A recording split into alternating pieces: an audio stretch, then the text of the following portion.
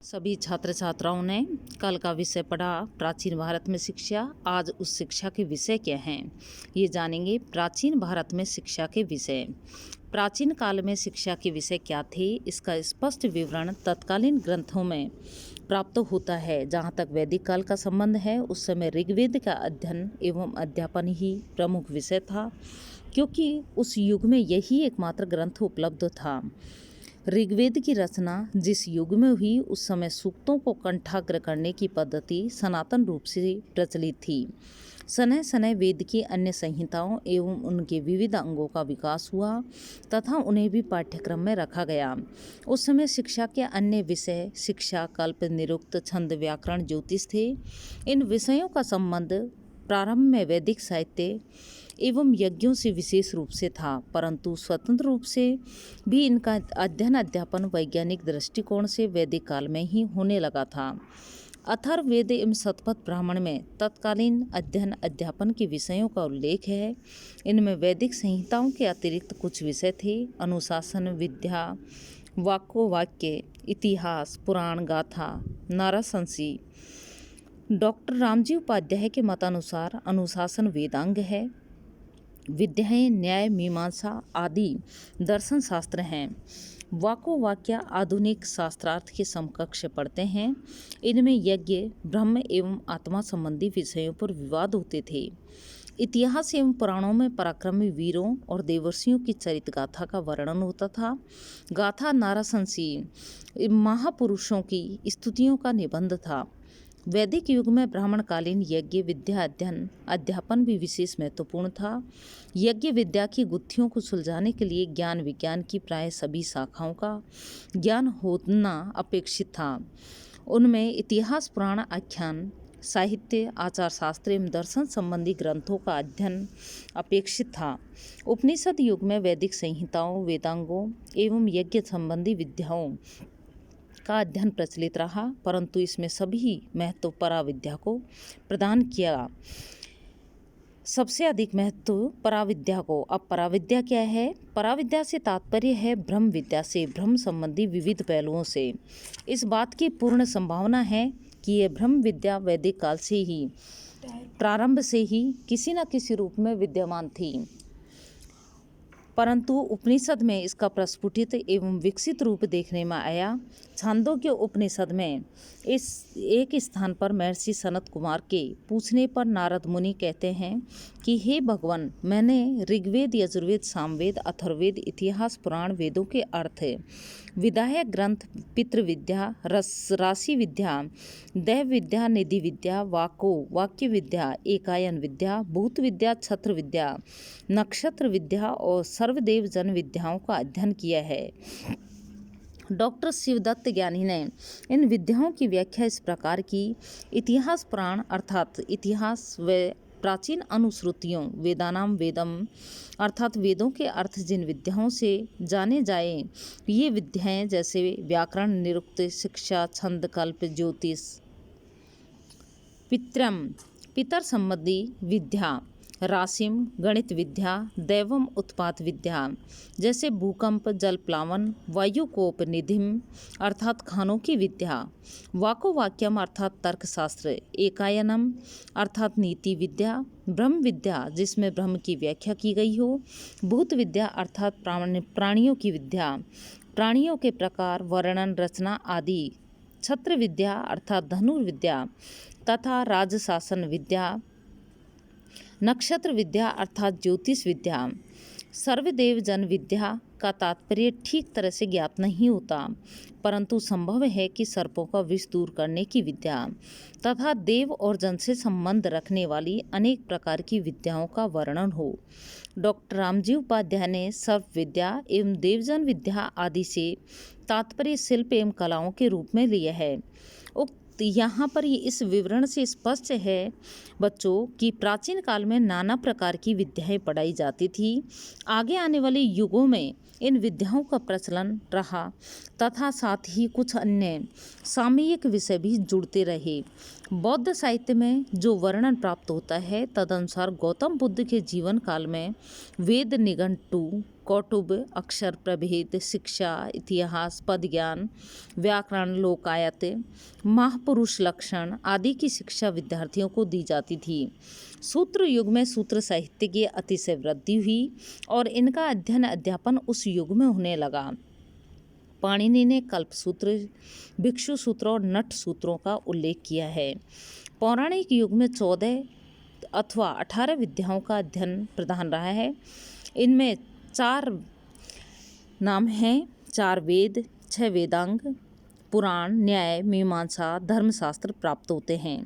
इन्हीं के 4 उपवेद हैं: आयुर्वेद, धनुर्वेद, गांधार वेद एवं अर्थशास्त्र को समन्वित कर लेने पर 18 विद्याएं हो जाती हैं।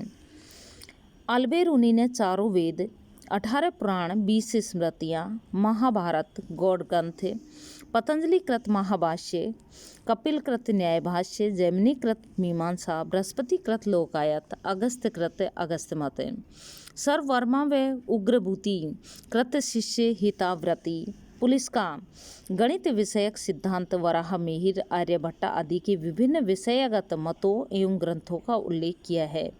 वैदिक काल के पश्चात जातक युग में 6ठी सदी में तक्षशिला के विश्वविद्यालय में 18 शिल्पों की शिक्षा देने के अनेक उल्लेख प्राप्त होते हैं। शिल्पों में गीत, वाद्य, नृत्य, चित्र और कलाओं के अलावा व्यावसायिक विद्याएं भी सम्मिलित थी। विद्याएं 7वीं सदी में राजकुमारों के अधीन विषयों की चर्चा करते हुए बाण ने कहा है कि वे वाद्य विद्या, नाट्यशास्त्र, गंधर्व वेद, चित्रकर्म, पत्रछेद, दासकर्म, वास्तुविद्या, काव्य, सर्वशिल्प आदि सीखते थे। ब्राह्मण कुमार भी वेद वेदांगों के साथ ही विविध कलाओं में निष्णात होते थे।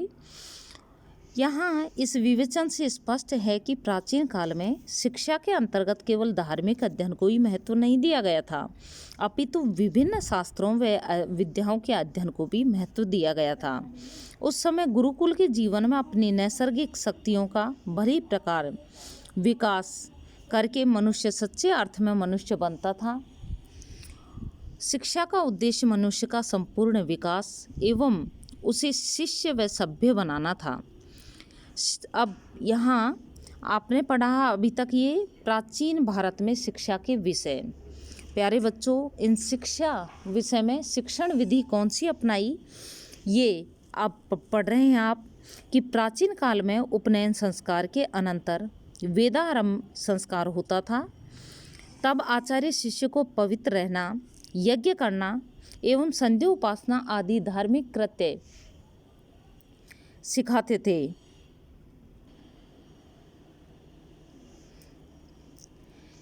शिक्षण विधि प्राचीन काल में उपनयन संस्कार के अनंतर वेदारंभ संस्कार होता था। तब आचार्य शिष्य को पवित्र रहना, यज्ञ करना एवं संध्या उपासना आदि धार्मिक कृत्य सिखाते थे। शिष्य हल्के वस्त्र पहनकर विनम्रतापूर्वक प्रणाम करके तथा ओम शब्द का उच्चारण करके आचार्य के समक्ष बैठता था। आचार्य शिष्यों को मौखिक शिक्षा प्रदान करते थे। वैदिक काल में प्रारंभ से ही सूक्तों को कंठाग्र करने की रीति थी। यह रीति धार्मिक ग्रंथों एवं वेद वेदांगों के संदर्भ में किसी न किसी रूप में अद्यावधि प्रचलित है। यज्ञों एवं उत्सवों के अवसर पर वैदिक सूक्तों का परस्पर गायन होता था। आज भी धार्मिक अनुष्ठानों में यज्ञ आदि के अवसरों पर ऐसा देखने को मिलता है। प्राचीन काल में गुरुकुलों व आश्रमों में आचार्य स्वयं सर्वप्रथम आचार्य रूप में पाठ उपस्थित करते थे तथा फिर विद्यार्थी उसे दोहराते थे। विद्यार्थी जहाँ बोलने में त्रुटि करते थे, वहीं आचार्य द्वारा विद्यार्थी का ध्यान उस दृष्टि की त्रुटि की ओर आकर्षित किया जाता था। वैदिक मंत्रों को कंठाग्र करने के लिए तथा साथ ही उनके पाठ में किसी भी प्रकार की त्रुटि न होने देने के लिए उस समय संहिता पाठ, पद पाठ, क्रम पाठ, जटा पाठ एवं घन पाठ आदि अनेक प्रकार के पाठ होते थे। ब्राह्मण काल में शिक्षण पद्धति का जो रूप था, उसकी कल्पना उपनयन के अवसर पर आचार्य द्वारा विद्यार्थी को गायत्री मंत्र सिखाने की विधि से की जाती थी। इस प्रक्रिया के अंतर्गत आचार्य पहले गायत्री का पाठ पदशः स्वयं करता था, फिर आधे मंत्र का तथा अंत में पूर्ण मंत्र का पाठ करता था। शिष्य आचार्य के क्रमानुसार उसे दोहराता था।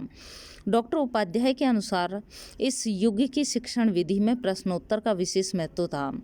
ब्राह्मण एवं आरण्यक साहित्य के काल में जिस प्रकार शिक्षण विधि में प्रश्नोत्तर व व्याख्यान का महत्व था, उसी प्रकार उपनिषद साहित्य के रचना काल में भी व्याख्यान परंपरा विद्यमान थी, क्योंकि उपनिषद साहित्य भी अपने आप में ऐसे आख्यानों का संग्रह है जो कि आचार्य एवं महर्षियों द्वारा अपने शिष्यों के समक्ष प्रस्तुत किए गए हैं। प्रायः इस प्रकार के आख्यान प्रश्नोत्तर रूप में हैं। यदि विद्यार्थी के मन में किसी भी प्रकार के संदर्भ में जिज्ञासा अथवा शंका होती थी तो वह अपनी शंका को आचार्य के समक्ष प्रस्तुत करता था तथा आचार्य उसका समाधान करते थे। किसी भी विषय को उठा लेने पर ऐसे क्रम उसमें दिखाई देते हैं। उस समय आचार्य एवं शिष्य में प्रवचन और व्याख्या का संबंध सबसे अधिक महत्वपूर्ण माना जाता था। तैत्तिरीय उपनिषद में भी कहा गया है, आचार्य और अंतेवासी के बीच प्रवचन संधान है, इसी से विद्या संधि की उत्पत्ति होती है। इस प्रकार वैदिक काल में शिक्षा प्रधान रूप से वार्तालाप एवं प्रश्नोत्तर प्रणाली से दी जाती थी। जो बातें शिष्य की समझ में नहीं आती थी उन पर वह गुरु से प्रश्न करता तथा वाद विवाद करता था। इस प्रणाली का प्रत्यक्ष लाभ यह था कि विद्यार्थी का मस्तिष्क सतत जागरूक रहता था। आज आप सभी बच्चों ने शिक्षण विधि ये पढ़ा। अब कल हम अगला टॉपिक पढ़ेंगे। सभी विद्यार्थियों को अच्छे से ये समझ आया होगा, ऐसे मुझे